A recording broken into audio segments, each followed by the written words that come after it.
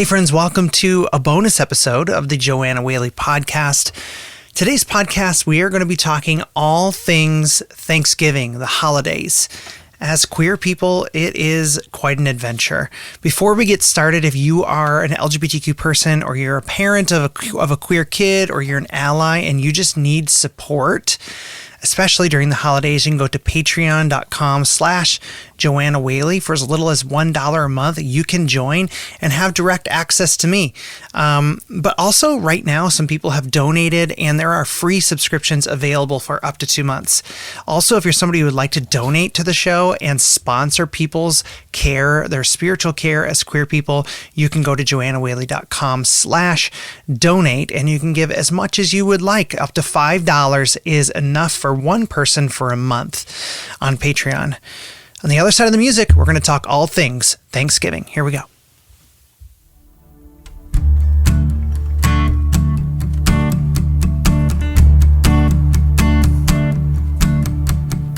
You showed me we're running in the same race. All right, friends, welcome to the show. My name is JOANNA WHALEY. For those of you joining me live, I'm JOANNA. I'm the host of this show, and I am a transgender woman, and I'm also a former evangelical pastor. Both of those identities absolutely lived in conflict with one another for the longest time.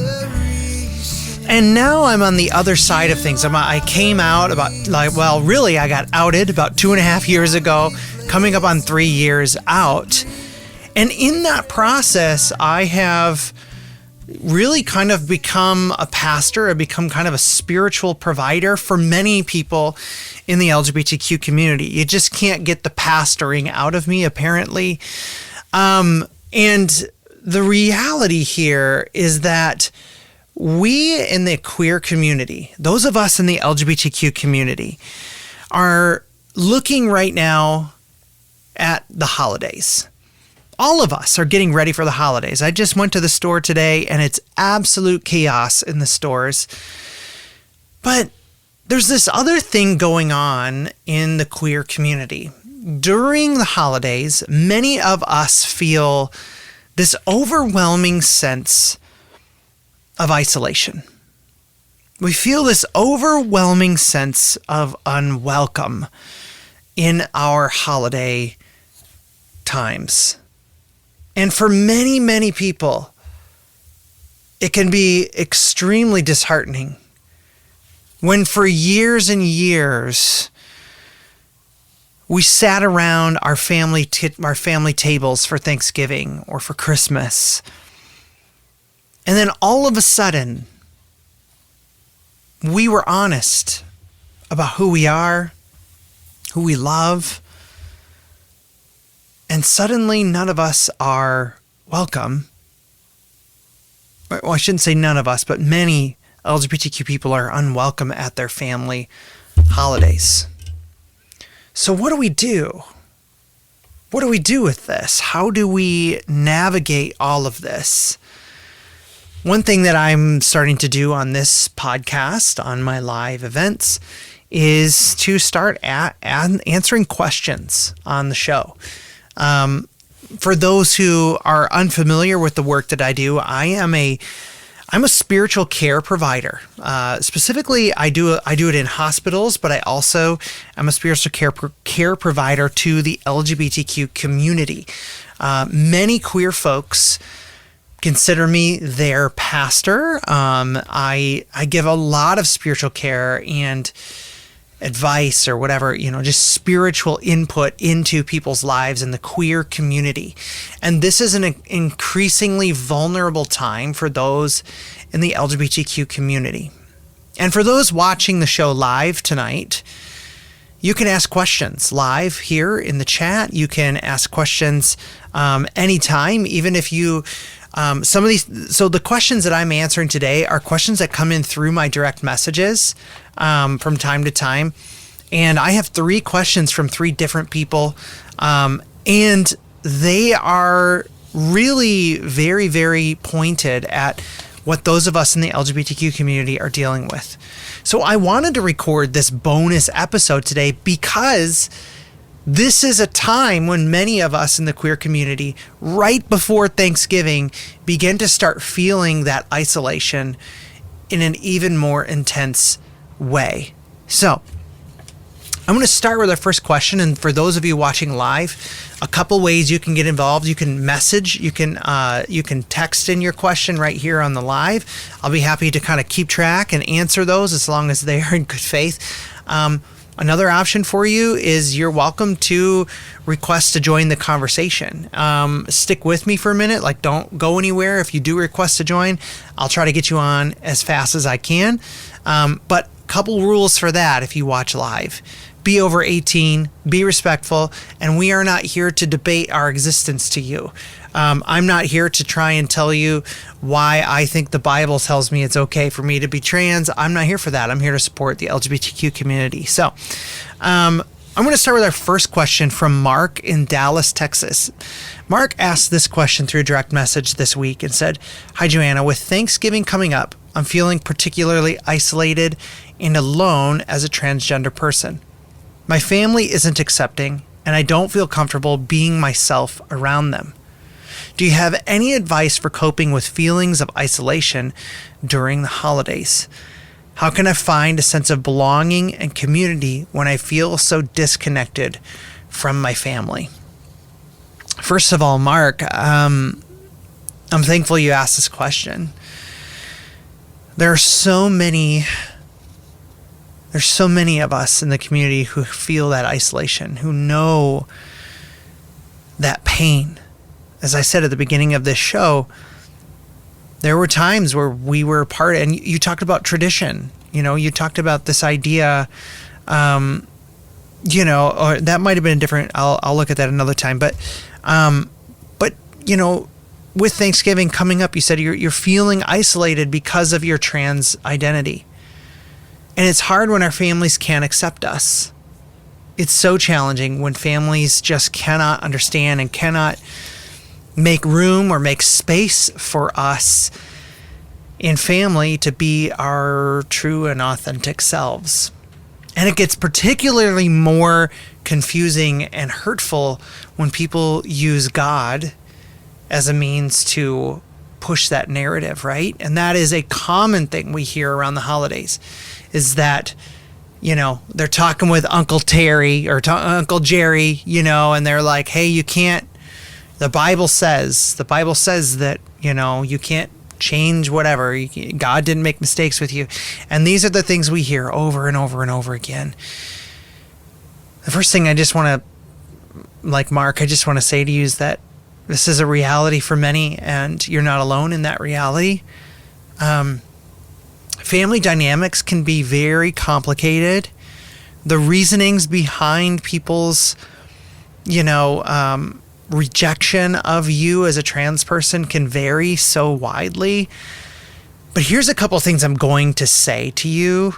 And I'm assuming, and Mark, I'm just, send me a direct message if I'm completely wrong. But Mark, I'm assuming that you're trans male. It may be different, but I would just say to you that reverting back to, like, if you're trans male, like reverting to girl mode for the holidays is just probably not a good answer for a couple reasons. The first one is that you are going to personally be in terrible distress the whole time. I mean, if you're living your life as an out trans man, and because someone quoted a Bible passage to you, you feel you have to revert back to, girl mode for the holidays. I just want to tell you that, like, it's a recipe for you to be in distress the whole time. Now, I do understand some family dynamics. Some people may have to. My advice is to really protect yourself if you have to do those things. But reverting back, I was faced with all the time of having to go boy mode in certain places, and eventually the distress was just too much, and I was just like, I'm not doing this anymore. The other reason is because what that communicates What it communicates to your family when you kind of revert back, it tells them, it communicates a couple things. One, that they can tell you what to do with your body. They can tell you what to do as long as they quote a Bible passage to you or whatnot. You should have to revert back and play to their wishes. The other thing it shows your family is that it is a choice. Many of us in the queer community know it is a choice. It is not we know it's not a choice, is what I meant to say. Woo, almost said that wrong. It is not a choice. Being trans is not a choice. And sometimes if we revert back, we can sometimes inadvertently communicate. Sherry says you should stay in truth always. It's not okay to let go. It is okay to let go of people. And I absolutely agree with Sherry. It is another option for you to say, I'm not coming. If you can't accept me, I'm not coming this year. I'm not going to show up on the holidays. And if you do decide that, my other bit of what I would say is try to find things you love. Try to find things that make you feel joy when you're alone.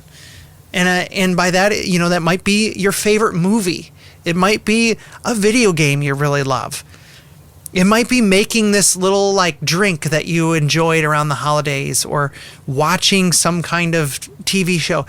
Whatever it is a reality, and you just find ways to make it special for yourself. Another thing is stay off of social media on those days when you're alone. I would just suggest staying off of social media and just really being in tune with yourself. And also make a plan. Make a plan. I think one of the worst things you can do is just have an aimless day. I would almost map out your whole day. Violet says they're having tortilla soup because they're not going to Christmas this year with their family. Awesome. If that's what I'm saying, find those things, make the dish, cook the big meal for yourself. Make the thing that you wish you could have. Make the day special. But I think, and this is one thing too that I always, on days I know that I might feel some isolation, I do make a plan for myself. I make a plan. I say at 8 o'clock, I'm doing coffee, I'm watching my TV show. At 10 o'clock, I'm taking a shower. Literally that detailed, just so that I don't feel aimless throughout the day.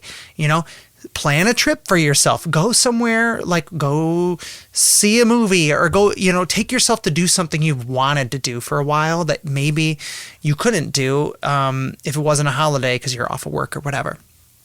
But if you are going, if you have to go, let's say you don't have a choice, you have to show up. Maybe you're that closeted person, but Mark sounds like Mark is out, but maybe you're the closeted person and you have to go. But specifically to Mark, who asked the question, don't settle. It's okay to go, but go as yourself, and don't settle.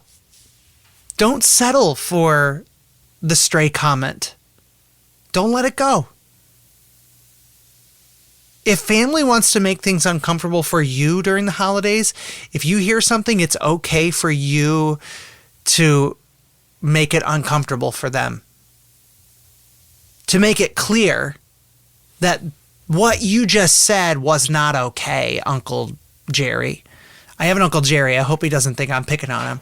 But he's actually really great. But, don't feel like you have to settle. Call out the thing.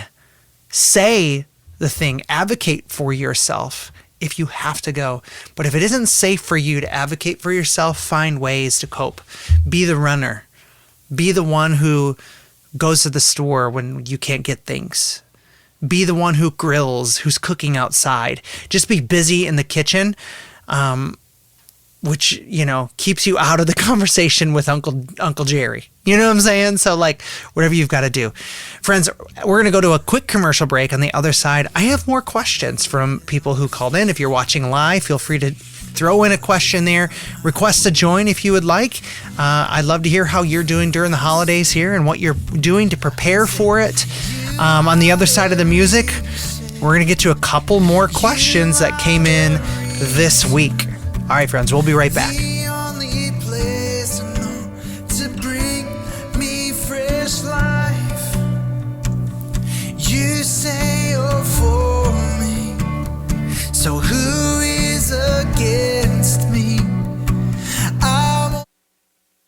Hey, podcast listeners.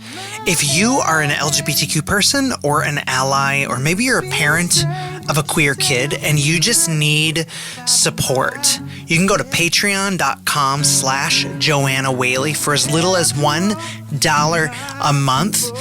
We can have direct message access, and at other higher tiers, we can also have Zoom calls. I know that this experience of being LGBTQ and trying to pursue your spirituality is a huge, huge issue for many people, and there needs to be affordable ways. We also have people who sponsor people who maybe it's unsafe for them to make payments. You can go to JOANNAWHALEY.com/support and inquire about that, and if there is enough sponsorships, we can have support for you. Go to JOANNAWHALEY.com/support.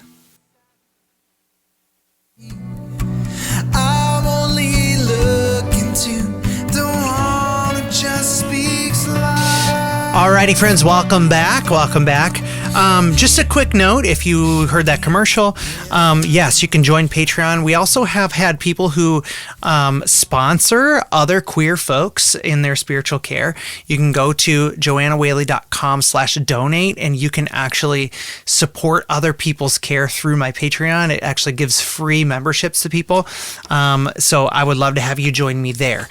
All right, friends, we're going to get back into this. If you are watching live, feel free to throw in a comment, a thought, a question. I would love to answer it here live on the show. Also, if you are, if you're watching live and you're free to join the conversation, hit request to join, be over 18, be respectful. Our next question came in from Chris in Portland, Oregon, who said, "Hi, Joanna. I'm a non-binary person who feels really disconnected from my family's Thanksgiving traditions. They don't understand my gender identity, and I feel like I have to hide who I am to avoid conflict. Do you have any suggestions for creating new traditions or finding ways to celebrate that feel more authentic to me?" Good day from Pennsylvania says, "Always love your live streams. I'm so happy you're here, friend. It's so good to see you." Chris, wow. Being non-binary in families that maybe are more traditional, families that, let's just call it what it is, are a little more evangelical in nature, is really a complicated conversation for many of my friends who are non-binary. Because sometimes it doesn't matter. I feel like sometimes it doesn't matter how many times you're like blue in the face, you're trying to explain what it means. People still use your old pronouns, or they use the old name.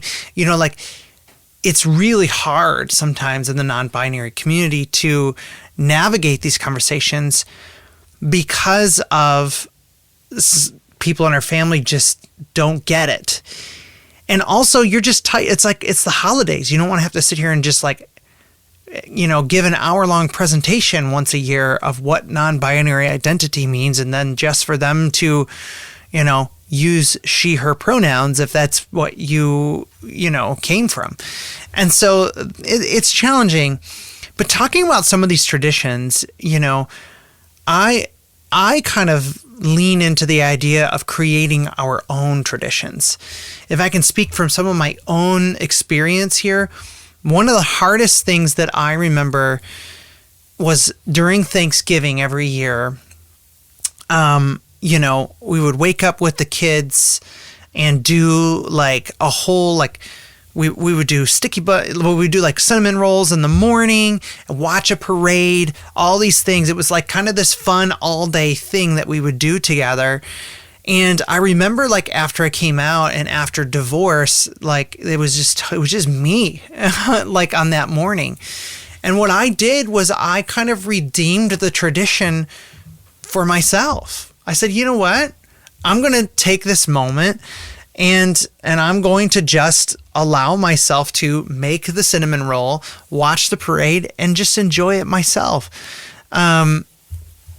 One of our commenters says, religious people sadly are very close-minded to non-binary people. Yeah, it is true. And it is And a lot of that comes from the book of Genesis, right? People hold on to, this Genesis view of God created them male and female and think that that is the only thing that matters. And that's what happens when we hold a very scripture-centric idea, is that we dismiss the nuance of the world around us.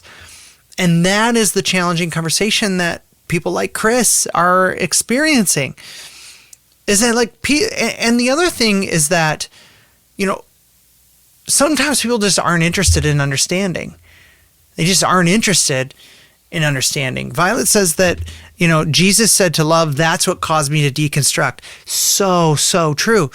I remember, off topic here, but I remember reading one time, I was trying to understand, what does Jesus say about me as a queer person? This was when I was in the closet. And I remember reading the New Testament over and over and over again. And actually, Jesus's words helped me deconstruct my faith. It's very interesting. That's a whole podcast topic in its own. But people just they may not be willing to understand. They're just too lazy to understand. It's the holidays. They don't want to work at it. I don't know what it is, but Thanksgiving could be the worst time for you to educate. It could be the absolute worst time, but it could also be the best time. If you are there and somebody uses an old pronoun that you don't use anymore, just correct them. Correct that person. And if you have to go into dissertation, be like, let me get you a drink, Uncle Bob. Apparently I'm picking on the uncles today. Let me go get you a drink, Uncle Bob, and I'll tell you why I don't use that pronoun anymore. And these things are real conversations you can have. Another thing I'm going to say is chosen family can be really key. Creating new traditions with chosen family. I have this with some of my chosen family, and just maybe starting new traditions. Maybe for you, it's going to a museum instead of going to see your family on the holidays. These are things that we can do. Friends, if you're watching live, feel free to join in. If you want to join the conversation, hit request to join. Be over 18, be respectful, or throw a comment in the section here. Amanda says, doing good. How are you doing? I'm doing okay. These holidays, I've had some pretty meaningful times with my children and had a really good, just kind of beginning to the holiday season. And I know that I have to protect myself in some areas.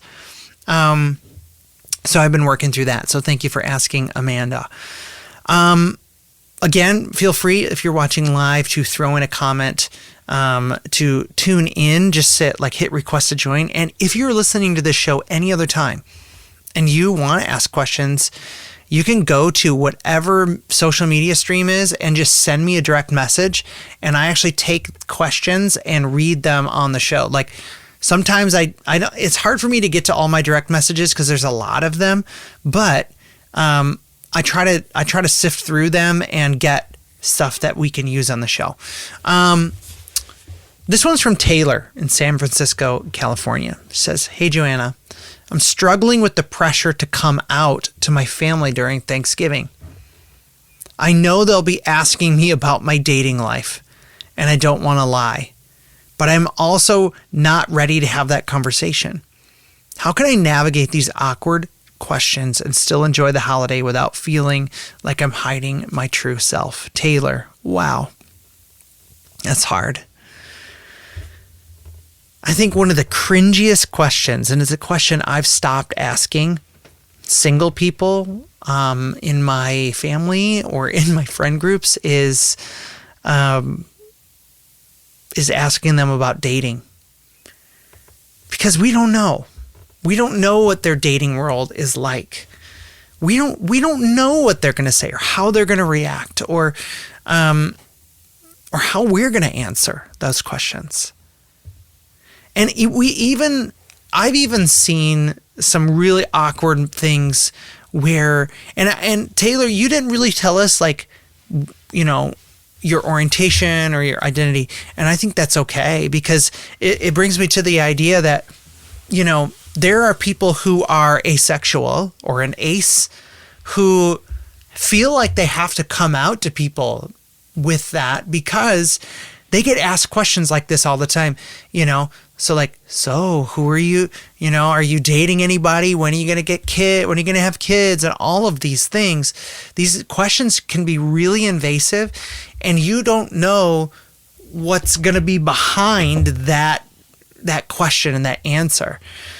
So a couple things that I'm saying. First of all, Taylor, coming out is yours. It is your decision alone. You do not have to, out yourself. And if someone in the family for some reason has information and tries to out you, then you can leave that party. So just know coming out is your choice alone. No one else can make that decision for you or should make that decision for you. The other one is feel free to be vague. You can be as vague as you want. Somebody says, so Taylor, who are you dating these days? Feel free to be, shrug it off. Feel free to be as vague as you possibly want to. That is definitely something that you can do.